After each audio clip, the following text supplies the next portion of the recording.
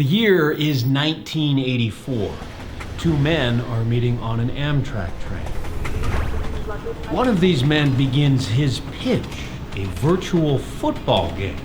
The other man, a former football coach, likes the idea, but he has one overarching demand.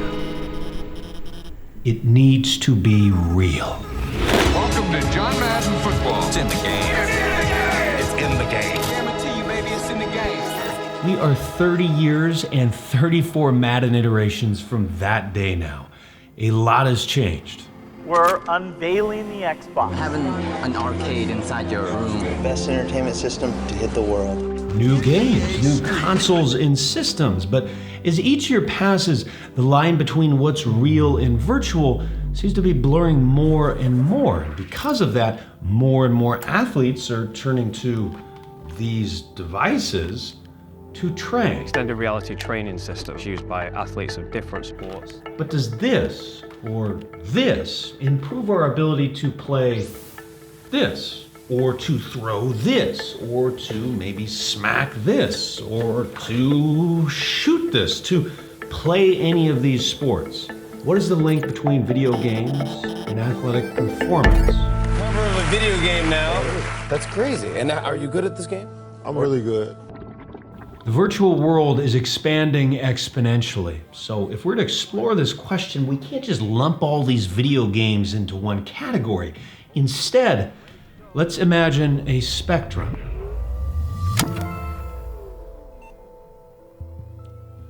The Continuum.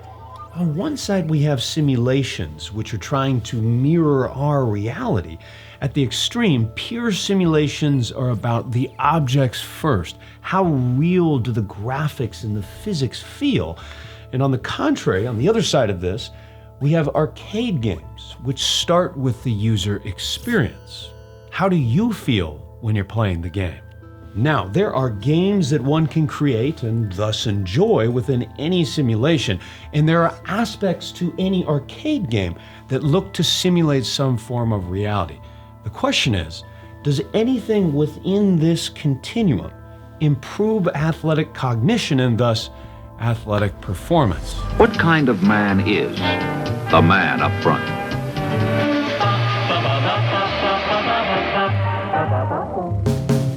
This $2,500 machine is designed to do one thing. Pull back on the yoke. Mirror reality. Actual training software that we have. Flying, that is. Oh, baby! So it can go south real quick. Oh, they got flames. That's So good. they got flames. That's good. That way you know. Represents training capacity to fuel our growth. That's exactly what pilots will see as they Countless studies have shown the benefits of this. Companies invest millions. But this $20 million simulator is an From planes to spaceships.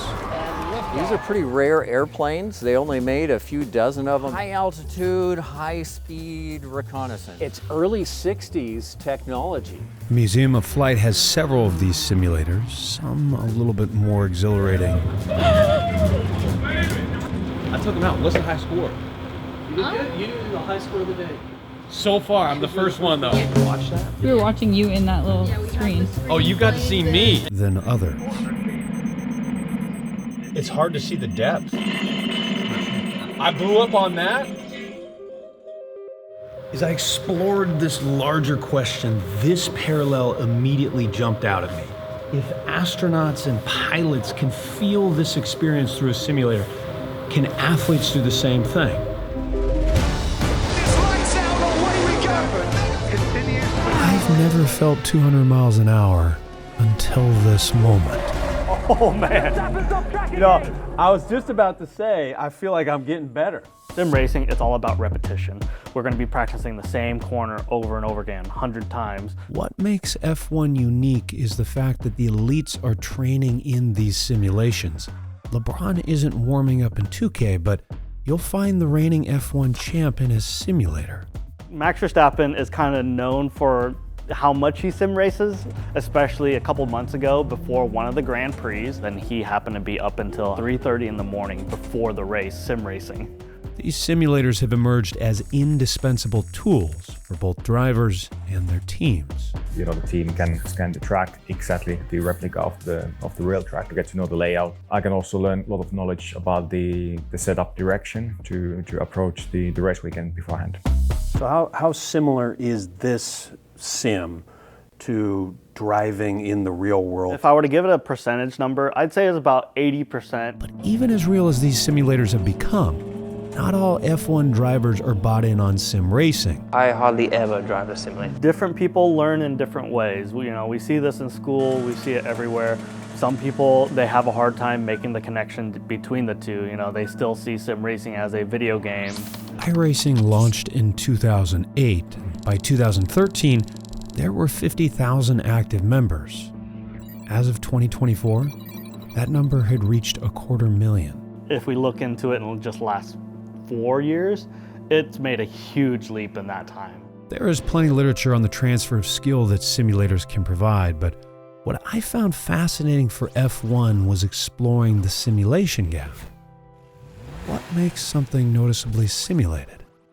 The first fragment most of us assume is graphics. That doesn't look real, therefore it is a game, or it's a simulation. But interestingly, the fidelity of the graphics might be less important. Researchers have concluded that essential realism is more crucial than the maximal realism. In the study, How is the Performance of a Race Car Driver Affected by Visual Features?, they found that drivers' times improved slightly with road texture and better fidelity. But these effects were small, giving rise to the importance of other cues. All the little movements, the feel, the bumps in the road. Driving is far more complex than just a 4K screen running on a nice graphics card. You don't have the exact same G-force, you might not have the same wind, and importantly, you don't have fear. That's a big factor. Oh God. As you practice more and more, that fear in real life starts diminishing as well. I used to be scared driving past 120, 130 miles an hour. Now I can go through a corner at 120 miles an hour. Public road. We got this on a controlled track. We don't recommend street racing. These machines don't feel like a video game. They feel far more real. They're far more faithful to the laws of physics. And because of that, you can see where an athlete like an F1 driver can certainly improve. It's understandable how they can make these F1 simulators so powerful, so impactful and beneficial. The driver can remain stationary. Because of this, these are further left on our continuum. Clearly more of a simulation. They have the word simulator in their name for a reason. But what about sports where you can't just sit in a cockpit, where you actually have to move around a little bit more? There's one that has found massive recent simulated success.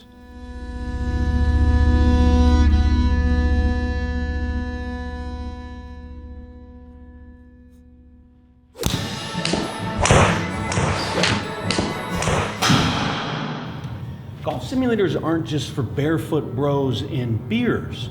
Right now, pros and amateurs are getting better somewhere in some simulator. Stan from your office, he's probably gonna take home KP, long drive, and possibly your freaking wife. Stan sucks. However, while one can improve in golf simulators, there are still significant limitations. This is especially true for putting. This isn't real grass, at least it doesn't feel like it. That makes a big difference. All those little ups and downs, the reading that's involved with putting, you can't really simulate that with this.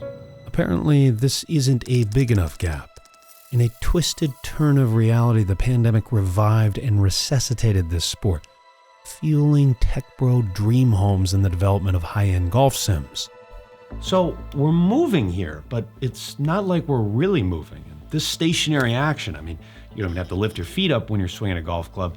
That makes it easier to simulate, similar to F1 simulators. And that got me wondering, are F1 simulators or golfing simulators closer to reality? And perhaps the better question is, can people improve more in an F1 simulator versus a golf simulator? A large part of that depends on a crucial element. How how real the simulation feels. This is known as the simulation gap. It's the gap between our agreed upon reality and what is distinguishably just another computer program. These haven't quite passed the Turing test. However, the gap is closing. You start off in a link trainer. The sensation is one of actual flight. This link trainer, the first mass-produced flight simulator, was life and death. It was built for war. Thousands of pilots were trained in these little boxes for World War II. We went from this to this in less than a century. Nonetheless, the challenge for simulations, the more we move our bodies, the more difficult it becomes to simulate.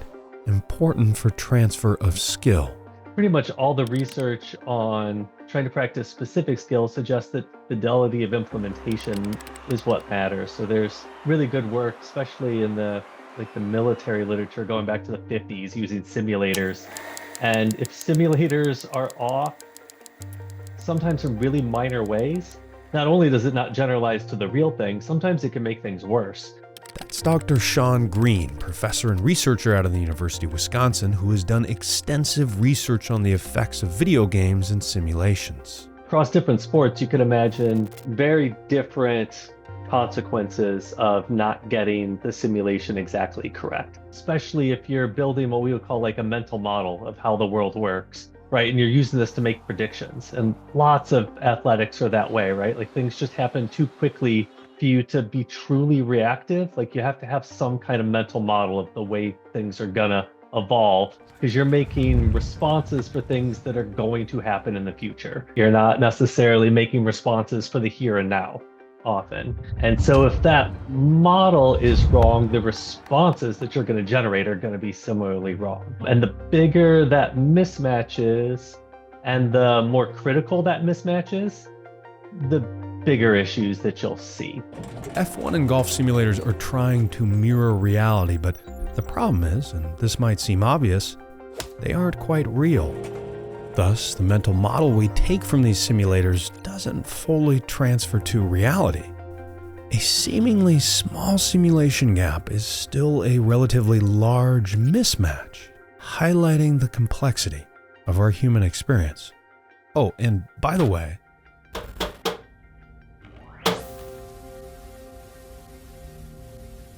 thanks. More importantly, there is clear evidence that athletes are improving in virtual worlds, something that was unfathomable just a few decades ago.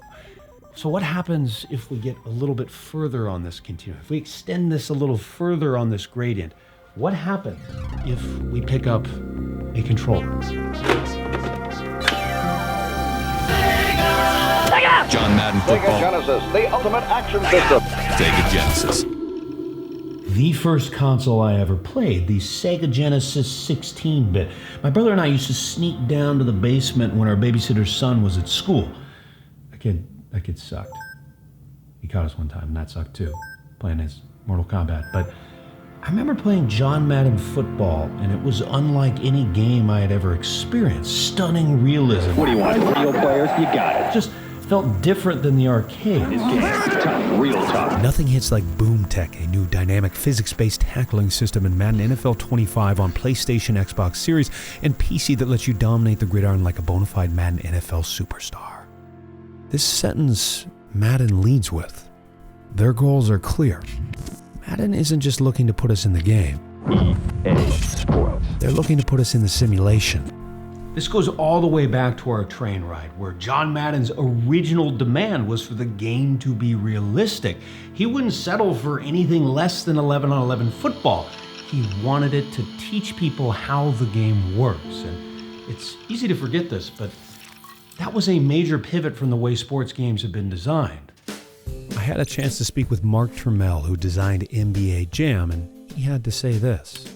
As soon as they turned it into more of a Mortal Kombat experience, it was just more fun. Additionally, a key detail here. He's on fire. This Madden versus Mark philosophy, it has become completely one-sided in sports games. It has been a one-way landslide towards realism, towards towards simulations. Much to the delight of the old Raiders coach, numerous football players and coaches have touted the educational benefits of the franchise. NFL players have openly talked about learning playbooks from the game and simulating different route packages and defensive coverages. It's difficult to deny its impact. A study done by the University of Oregon looked at 15,000 fans, and fans who played Madden had a higher football IQ in every single category. Out of 32 questions, Madden players answered 22 correct, while non-Madden NFL players answered 14 correct. The survey also looked at the correlation of time playing the game and knowledge of the game, and again, there was a significant correlation.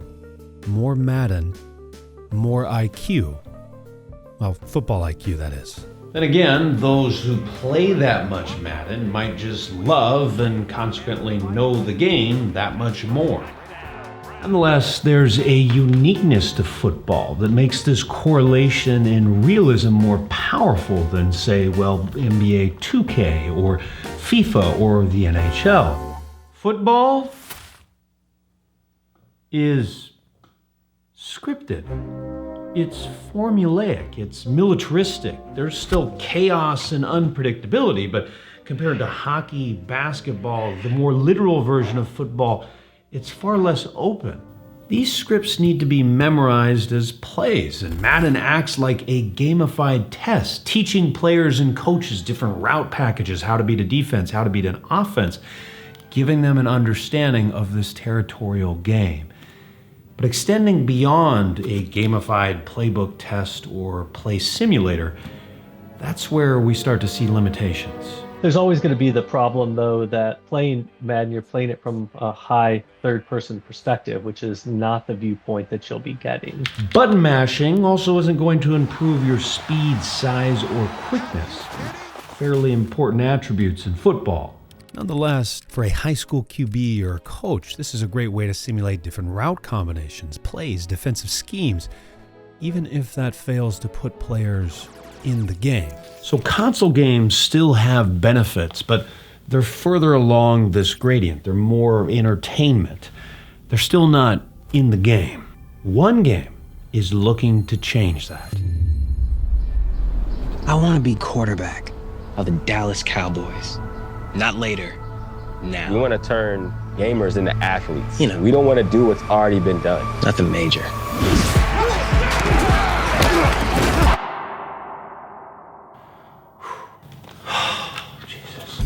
Andrew Hawkins and Troy Jones, two former football players, launched NFL Pro Era a couple years ago, a VR game that is looking to bring players a little bit closer to the game. We felt like we have a data set that most people in this medium didn't have. We're not engineers. We did not come from video games.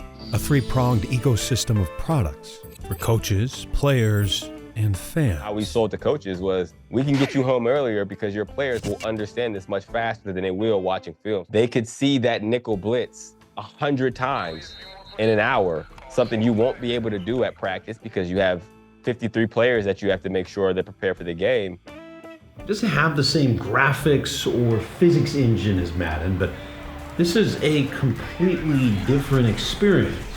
Heisman Trophy winner Jane Daniels is a believer. It moves faster within VR than actual human beings. Once you get out there, everything just slows down. There's other ways to get mental rest without having to put wear and tear on your arm, on your body. Cliff Kingsbury added weight. I'm all in on it.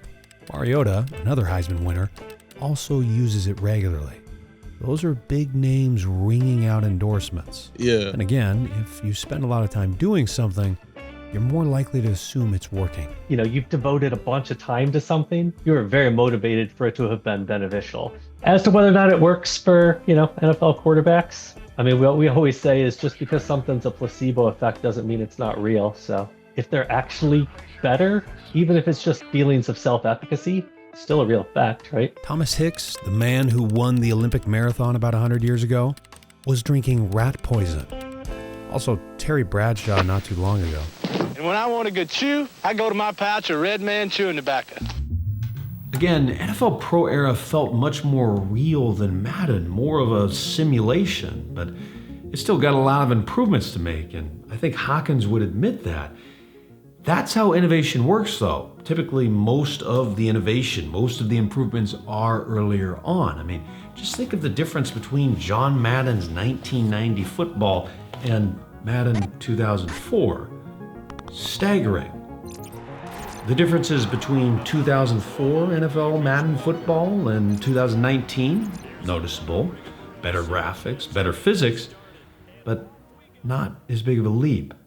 I think this is why Madden and why a lot of sports games have become stale. I don't think it's because of poor leadership, poor development, or focusing on the wrong things. I think they're maybe just reaching the console limits. This is where NFL Pro Era could capitalize even further. How each team, coach, player uses the tool is different. A running back goes down, they have to pull somebody off the practice squad. And what they did was they created all the plays and the cuts to kind of get him up to speed really quickly. People use it for injury. There's quarterbacks using it who are injured, even though they can't physically participate in practice, the mental reps are there. But then again, I don't really have that fear factor. I don't really fear a 285-pound defensive lineman blindsiding me like I would in real life. But then again, I guess QBs today don't really have that either, because that's not in the, Right, there is no substitute for the real rep. But if you have a trade-off, if I can get 1 rep or I can get 200 digital reps, I think that is a worthy trade-off. What about other VR sports games? Basketball doesn't really have anything worth commenting on here, but NHL's Make Sense Arena seems to be aiding NHL players, not just beer leaguers or people like me that just want to have fun. After starting with European pros for the initial 2018 launch, the Czech Republic-based company filmed undisclosed NHL players shooting pucks to create the videos used for drills and converted that footage into virtual pucks as they come toward the goalie in a VR headset. Sabres goalie Eric Comrie primarily uses it in the offseason or when he's injured and can't get on the ice. He likes the replays that allow him to review the shots from the perspective of the puck coming off the shooter's stick. A different perspective. Another key point of contention with this, I wasn't on the ice. I was in my living room. Other sports games, like Soccer's Be Your Best, have professionals dabbling, but that's kind of all we have right now. Anecdotal thoughts, very basic analysis. The sports teams that have money to look into this further, to play with it, to explore it further, they're doing that. But as far as convincing scientific literature that suggests that these are absolutely translating to better on-the-field performance, I'm not so sure we have that right now. Also, as I was wearing this, I thought of something that I hadn't really before. I have really bad eyesight, and I don't in here. You know that the picture is inches from your eyes. You know that. Yet it's designed for your focusing system to be focused at a far distance. That's Dr. Graham Erickson, professor at Pacific University and optometrist who has authored several studies in this arena and worked with a number of organizations. This is a real challenge, and military knows this really well because all heads-up displays create significant challenges of learning how to use that and not get a lot of symptoms from trying to adjust for this mismatch. How has the military tried to adapt to take on that challenge? And of course, some of that I can't talk about, but because the military, obviously, they have a different level of confidentiality. Are you working with them? Like I said, some things I can't talk about. Just as there are console games seeking realism, there are VR games that are more built for training, and that makes the placement of these devices challenging. There are so many different types of mixed reality, augmented reality, and virtual reality. It feels wrong to just lump it all together. Maybe there's a better way to think about this. This is a question of trade-offs. Are VR sports games better than, say, Netflix? In many ways, yes. Are they better than going to the court, the rink, the field, the weight room? Probably not. But you can't always do that. You might be hurt, and you might not want to lift weights for 10 hours in a day. So these are nice tools, but still far from the real experience and fairly far away from some of the other simulators we discussed. As we get further along this continuum, closer to entertainment, we find one of the most powerful video game genres.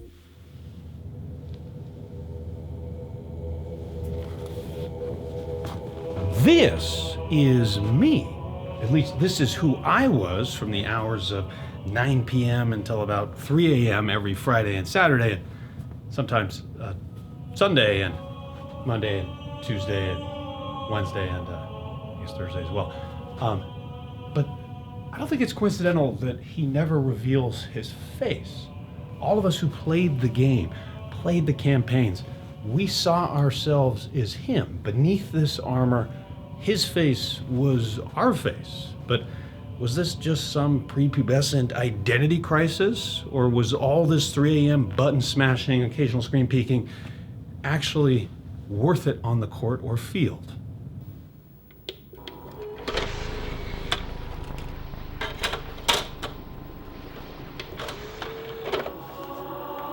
Is there anything better than that sound?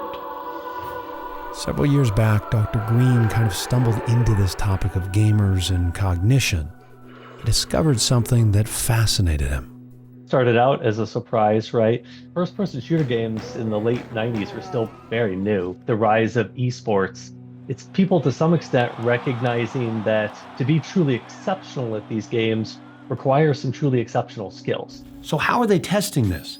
Well, here's an example of an experiment one might find. In a test of spatial resolution, participants are told to keep their eyes on a little circle on the left. 3 T's will be flashed really quickly over in the far right periphery. Their job is to indicate whether the center T is right side up or upside down. They're told to totally ignore the top and bottom T's.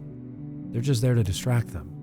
As they get the center T task correct, one would move the flanking T's closer and closer until they're no longer able to pick out just the center T. This sounds simple, but as the flanking T's move closer, it becomes a bit of a jumble. Action gamers were able to continue to do the task longer than non-gamers. This sort of spatial resolution comes into all sorts of real-world activities, even something as simple as reading. In several other studies, Green and other researchers found that action gaming enhanced visuospatial attention, which basically describes the ability to cover a wide field of view with our attention.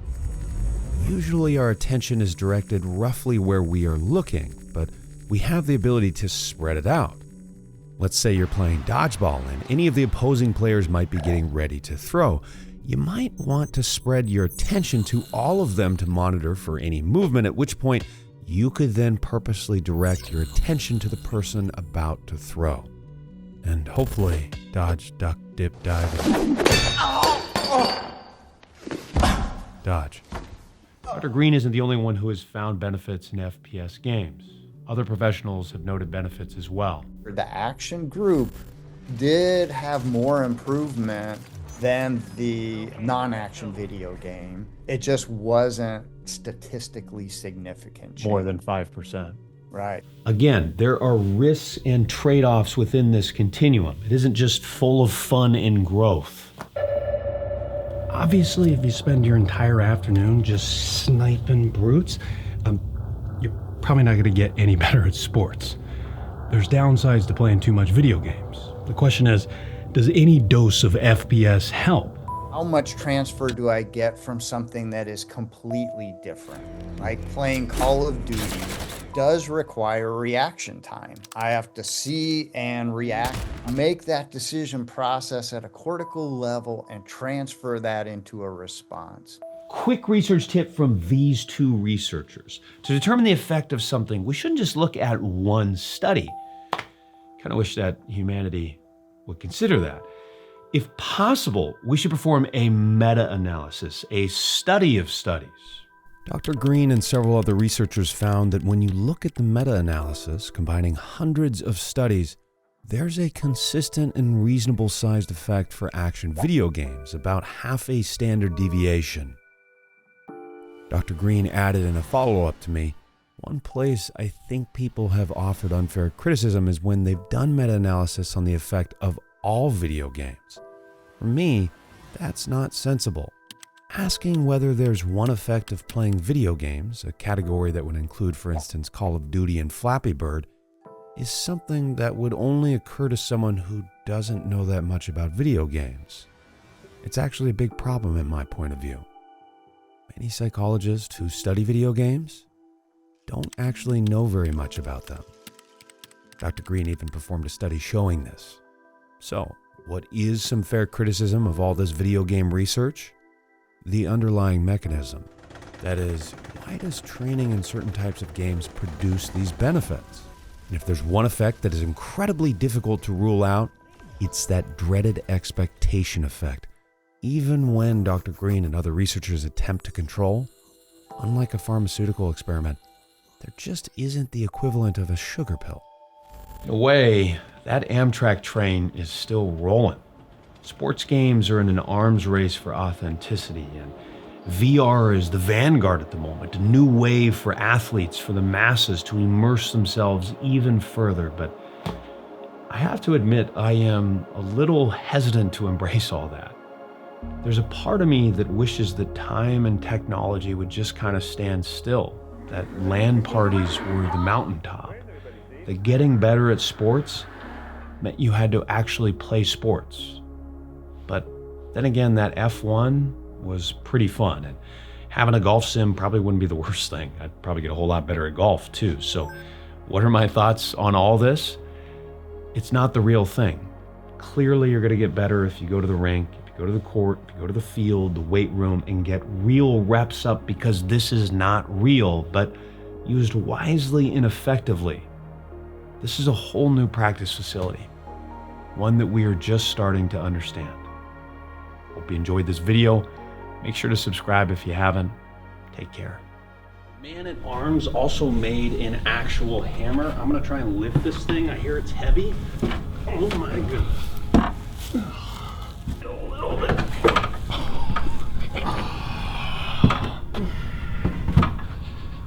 I'm not swinging that thing. I'm gonna set it back in its case.